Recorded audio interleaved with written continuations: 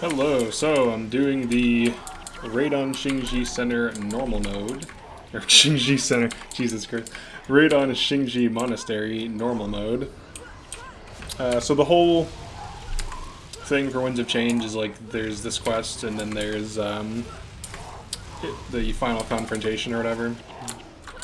So I'm just finishing up some of these quests. So there's just like these two left. And then after that, I'm done with Winds of Change on this character. I should get this, like this one. I'm trying some different builds out, but it seems to be going okay.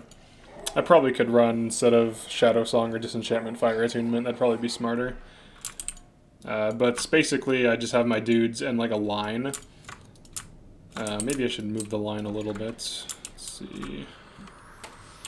Is that you? Yep. So I'm going to move this dude here. I will move... Who else? I should probably start doing these, but I don't really feel like it. I'd rather run my build, to be honest. So I might as well get some spirits up right now. Alright, so what I'm doing is I'm just going to have all the guards come with me, and we're going to fight dudes over here. And then the rest of my team will just kind of get enemies as they like push in. So that's like the overall strategy, I guess. I probably don't really need armor of unfeeling if I'm positioning my spirits correctly, because actually, never mind, they're getting attacked. Never mind, apparently I do need it. But yeah, so just finishing up this quest. The factions only thing was pretty fun to do. I changed a lot of builds this time around. So I'm just going to drop my spirits really quick. I have a minion master now. I changed quite a bit about my team comp. Like quite a bit.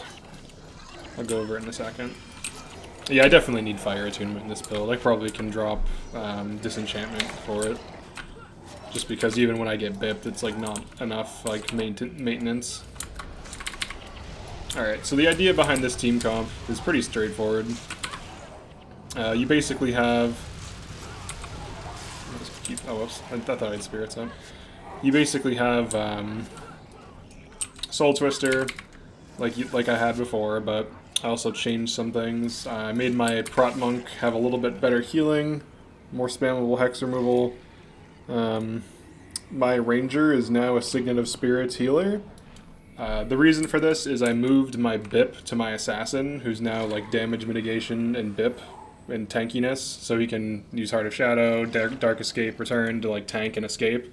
So now like instead of having a BIP healer, I have a BIP Curses utility, which scales everyone's damage, and then it frees up my Minion Master, my Necro, to become a Minion Master that has some Dom.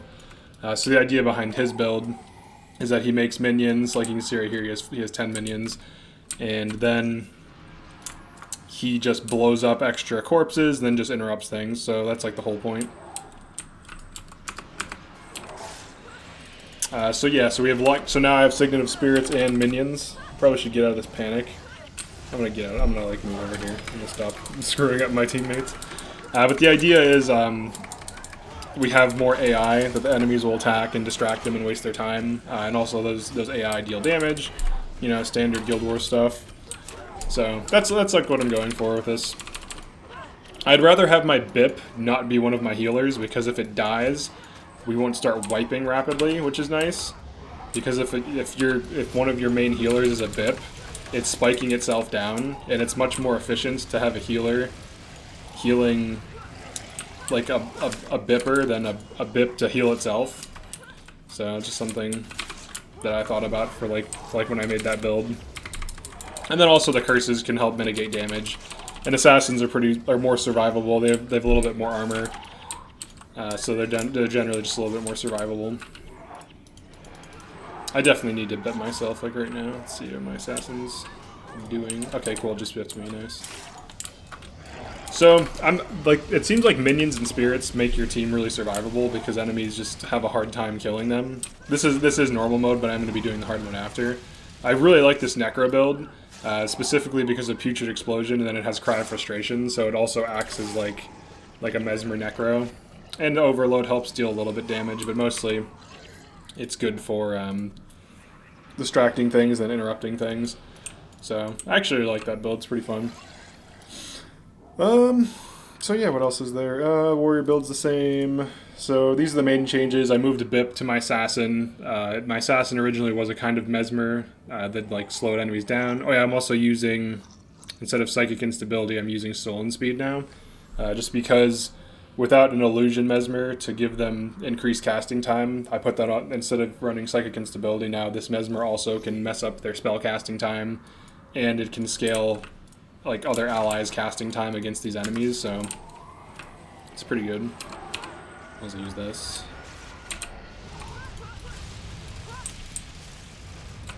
So I'm running spirits too, because in communing you can get plus 30 energy and plus 15 armor. This skill is actually quite strong. Mighty was Verizon, so you have the whole power of the Verizon network on your side, which is pretty amazing, if I'm being honest. But plus 15 armor is like having a shield and with no requirements aside from like you can actually maintain this with low communing. But I like to run this because it lets me get away with having extremely low energy storage. This can't be removed once it's active, so like as long as this is PvE, like you can easily get away with running this full time. So I think it's quite good. With these spirits, I help contribute to spirit spam because my healer does have Painful Bond, so he is using Signet of Spirits, Blood Song, and Painful Bond, healing his spirits, and then using Spirit Transfer. So that's kind of his build. Spirit Boon Strike heals his things, then when he uses Spirit Transfer, it doesn't take away as much health as they're healed for with Spirit Boon Strike. It also lets him contribute a little bit to damage. Not like a ton, but it like helps. And obviously the Painful Bond is quite good. So I would rather this be an actual ritualist, but unfortunately I'm running one of each profession for some reason. It's like one of the challenges. How long have I been doing this? 11 minutes. Alright, looks like got a few more things to do. So it seems like minions really help mitigate damage just by like attacking things. Like just by like being bodies that enemies want to attack. Same thing with spirits. So it really does create like a huge incentive to run Signet of Spirits and to run some kind of minion master. And the good thing about spirits is, especially on these defensive maps where you don't need mobility, you can just kind of throw them down. Scanthan Guard's just all the way out here by himself. Actually, I think I'll leave him there because he'll get attacked and slow down the group, which can be useful, but it can also be like a bad thing. But yeah, this is the Winds of Change thing. So I also just finished my 4th indie game. It's called Katrina's Curse. You can play as a little witch girl. That's pretty much something that I did. It took me a little bit to make it. The main idea was that I wanted to make like small scale indie games that are just like pretty difficult, but they're like fair. Like they're not like crazy or like the mechanics aren't nuts. They're just like decent games that are like challenging with simple mechanics. So I'm just gonna focus on that for a bit, but I'm still gonna be doing YouTube videos and everything. Alright, so that's kind of clearing up. I'm gonna kind of rotate back. Or, nah, it looks like they're doing fine, to be honest. Alright, let's throw down Disenchantment. I am out of BIP range, too, which isn't the best. Oh, my Mighty. See, this is the only downside to this skill. Is, like, if you run into energy. I might as well grab some of these. Oh, wait, I got BIPs. Nice.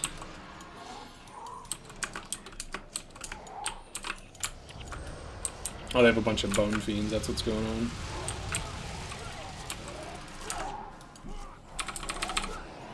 Probably should get out of this panic.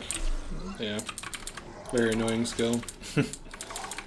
Run Disenchantment.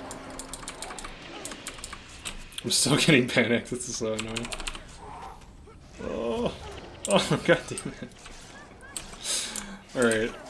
Alright, looks like I'll just start killing things over here.